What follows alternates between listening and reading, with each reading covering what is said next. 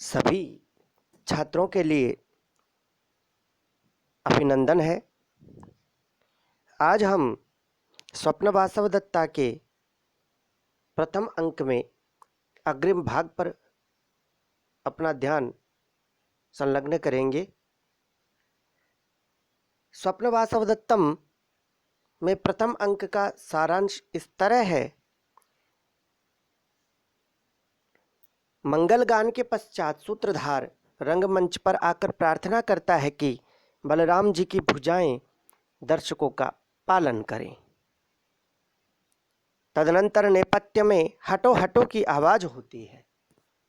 नेपथ्य का अर्थ है जवनिका, जहां पर पात्र अपनी वेशभूषा चेंज करते हैं, परिवर्तित करते हैं।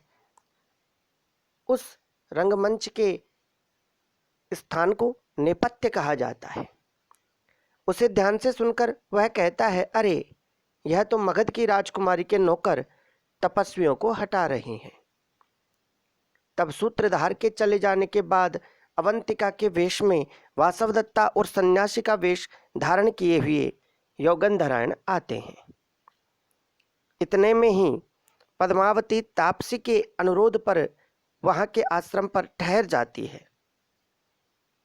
पद्मावती, जिससे कि राजा उदयन का द्वितीय विवाह हो रहा था, अर्थात राजा उदयन की भावी पत्नी,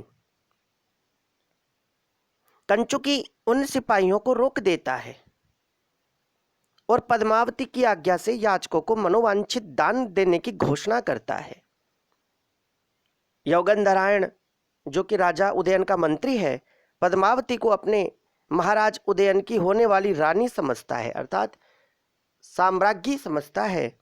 इस अवसर का वह लाभ उठाता है। वह पद्मावती के पास अपनी कल्पित भगिनी वासवदत्ता को धरोहर के रूप में रख देता है। न्यास, धरोहर। बातचीत के सिलसिले में तापसी पद्मावती के विवाह चर्चा छेड़ देती है। पद्मावती की दासी तापसी को बताती है कि उज्जैनी के राजा महासेन के पुत्र के साथ राजकुमारी के विवाह संबंध की चर्चा चल रही है। इतने में एक ब्रह्मचारी, जो कि लावाणक गांव से लौट रहा था, वहां विश्राम के लिए रुक जाता है। कुशल प्रश्न होने पर वह अपने वेदाध्ययन में हुए विघ्न का कारण बतलाते हुए संपूर्ण घटनाक्रम सुना देता है तथा राजा उदयन मंत्रियों की दशाओं का वर्णन करता है। ब्रह्मचारी इतना कहकर चला जाता है, परंतु वासवदत्ता अपने प्रति अपने पति के आदर्श प्रेम को सुनकर बहुत संतुष्ट होती है और पद्मावती भी उदयन के गुणों में प्रभावित होकर मन ही मन उससे प्रेम करने लगती है, राजा उदयन से। तदनंतर पद्मावती से आज्ञा पाकर योगंधरायण के चले जाने पर तापसी से अनुरूप वर का आशीर्वाद लेकर पद्मावती वासवदत्ता और निज परिवार के साथ प्रस्थान करती है। यह स्वप्न वासवदत्तम नाटक के प्रथम अंक का सारांश है। बच्चों, स्वप्न वासवदत्तम नाटकम को महाकवि भास का सर्वोत्कृष्ट नाटक घोषित किया गया है। भास के 13 नाटकों में प्रस्तुत नाटक सर्वाधिक प्रसिद्ध नाटक है। कथाबंध और रंगमंच की दृष्टि से संस्कृत साहित्य में यह अद्भुत कृति है। इस नाटक के बारे में एक किंवदंती है कि दाह को भुन्न पावकः, कि स्वप्न वासवदत्त को अग्नि भी जला नहीं सकी थी। अर्थात भास के नाटकों को अग्नि में जब डाल दिया गया तो स्वप्न वासवदत्तोपि दाह को भुन्न पावकः, स्वप्न वासवदत्ता को अग्नि भी नहीं जला सकी थी। अतएव संस्कृत साहित्य का एक यह अद्भुत तेजस्वी रत्न है। अब हम एक अत्यंत महत्वपूर्ण श्लोक के बारे में पढ़ते हैं, जो प्रायः परीक्षा में पूछा जाता है। पूर्वं त्वयाप्यभिमतं गतमेवमासीत् श्लाघ्यं गमिष्यसि पुनर्विजयेन भर्तुः कालक्रमेण जगतः परिवर्तमाना चक्रार पंक्तिरिव गच्छति भाग्यपंक्तिः। पुनश्च श्रूयताम्। पूर्वं त्वयाप्यभिमतं गतमेवमासीत् श्लाघ्यं गमिष्यसि पुनर्विजयेन भर्तुः कालक्रमेण जगतः परिवर्तमाना चक्रार पंक्तिरिव गच्छति भाग्यपंक्तिः। श्लोकोऽयं भासस्य स्वप्नवासवदत्ता नाटकस्य अत्यंततम प्रसिद्धः श्लोको वर्तते। श्लोकेऽस्मिन् अर्थान्तरन्यासोऽपि महत्वपूर्ण अलङ्कारो विद्यते। यतः चक्रार पंक्तिरिव गच्छति भाग्यपंक्ति इयं तु सूक्तिरपि वर्तते।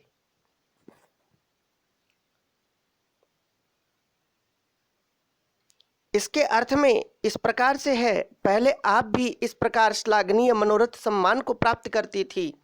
योगंधरायण अपनी कल्पित भगिनी यानी मुंह बोली बहन स्वप्न वासवदत्ता से कह रहे हैं कि पहले आप भी इस अत्यंत प्रशंसनीय मनोरथ सम्मान को प्राप्त करती थी। पूर्वं त्वया अपि अभिमतं गतमेवमासीत्, पूर्वं प्रथमेव त्वया भवती अपि अभिमतं श्रेष्ठं गतमेवमासीत् प्राप्तवतीम् आसीत्। अर्थात आपने पूर्व में भी ऐसा प्रशंसित पद प्राप्त किया था। श्लाघ्यं गमिष्यसि पुनर्विजयेन भर्तुः, अर्थात पति की विजय होने पर आप पुनः इस प्रशंसनीय पद को प्राप्त करोगी, महारानी पद को प्राप्त करोगी। कालक्रमेण जगतः परिवर्तमाना चक्रार पंक्तिरिव गच्छति भाग्य पंक्ति, क्योंकि लोगों का भाग्य चक्र पहिए के अरों ताड़ियों की तरह समयानुसार अर्थात काल के अनुसार ऊपर नीचे जाता है। कभी दुख कभी सुख, कभी सुख कभी दुख। इस प्रकार से समय की गति के रूप में समय का पहिया निरंतर चलता रहता है। मेघदूतम में भी ऐसा प्रसंग आता है। वहां पर मेघदूतम में भी महाकवि कालिदास मेघ को इस प्रकार का उपदेश देते हैं, यत नन्वात्मानं बहुविगणयन् आत्मनेवावलंबे तत्कल्याणी त्वमपि नितरां मागमः कातरत्वं कस्यात्यन्तं सुखमुपनतं दुःखमेकान्ततो वा नीचैर्गच्छत्युपरि च दशः चक्रनेमि क्रमेण। अर्थात हे प्रिय, मेरी दुर्दशा को सुनकर घबराना नहीं। इस विषय में बहुत सोचता हुआ मैं स्वयं को अपने द्वारा ही सहारा दिए हुए हूँ।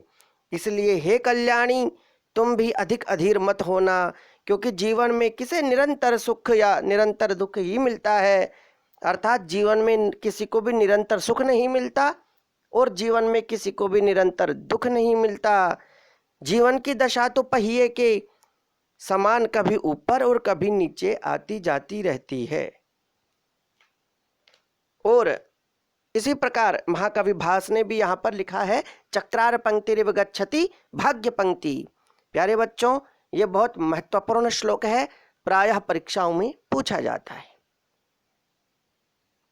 भाव यह है कि जिस प्रकार पहिए के आरे ऊपर नीचे जाते आते रहते हैं, उसी प्रकार समय की गति के साथ सुख और दुख की परिवर्तनशीलता चलती है। इसलिए दुख आने पर मनुष्य को घबराना नहीं चाहिए तथा सुख मिलने पर गर्व नहीं करना चाहिए। अन्यत्र भी कहा गया है, सुखमा पतितम सेव्यम दुःखमा पतितम तथा चक्रवत् परिवर्तन्ते दुःखानि च सुखानि च। अत्र खलु अर्थांतरन्यास अलंकारोपि विद्यते। यहाँ पर अर्थांतरन्यास अलंकार है। सामान्यं वा विशेषेण विशेषस्तेन वा यदि कार्यं च कारणेनेदं कार्येण च समर्थते सामर्थ्ये नेतरेर्थांतरन्यासो अष्टधाततः। कि सामान्य का विशेष से, विशेष का सामान्य से, कारण का कार्य से और कार्य का कारण से, जहाँ पर समर्थ समर्थन भाव होता है वहाँ पर अर्थांतरन्यास अलंकार माना जाता है। यहाँ पर श्लोक में पूर्वार्ध के विशेष का अर्थ का उत्तरार्ध के सामान्य कथन से समर्थन होने पर अर्थांतरन्यास अलंकार है, और अंतिम चरण में चक्रार पंक्तिरिव गच्छति भाग्य पंक्ति अत्र खलु भाग्य पंक्तेः तुलना वर्तते अतएव उपमालंकारोपि विद्यते। धन्यवादः।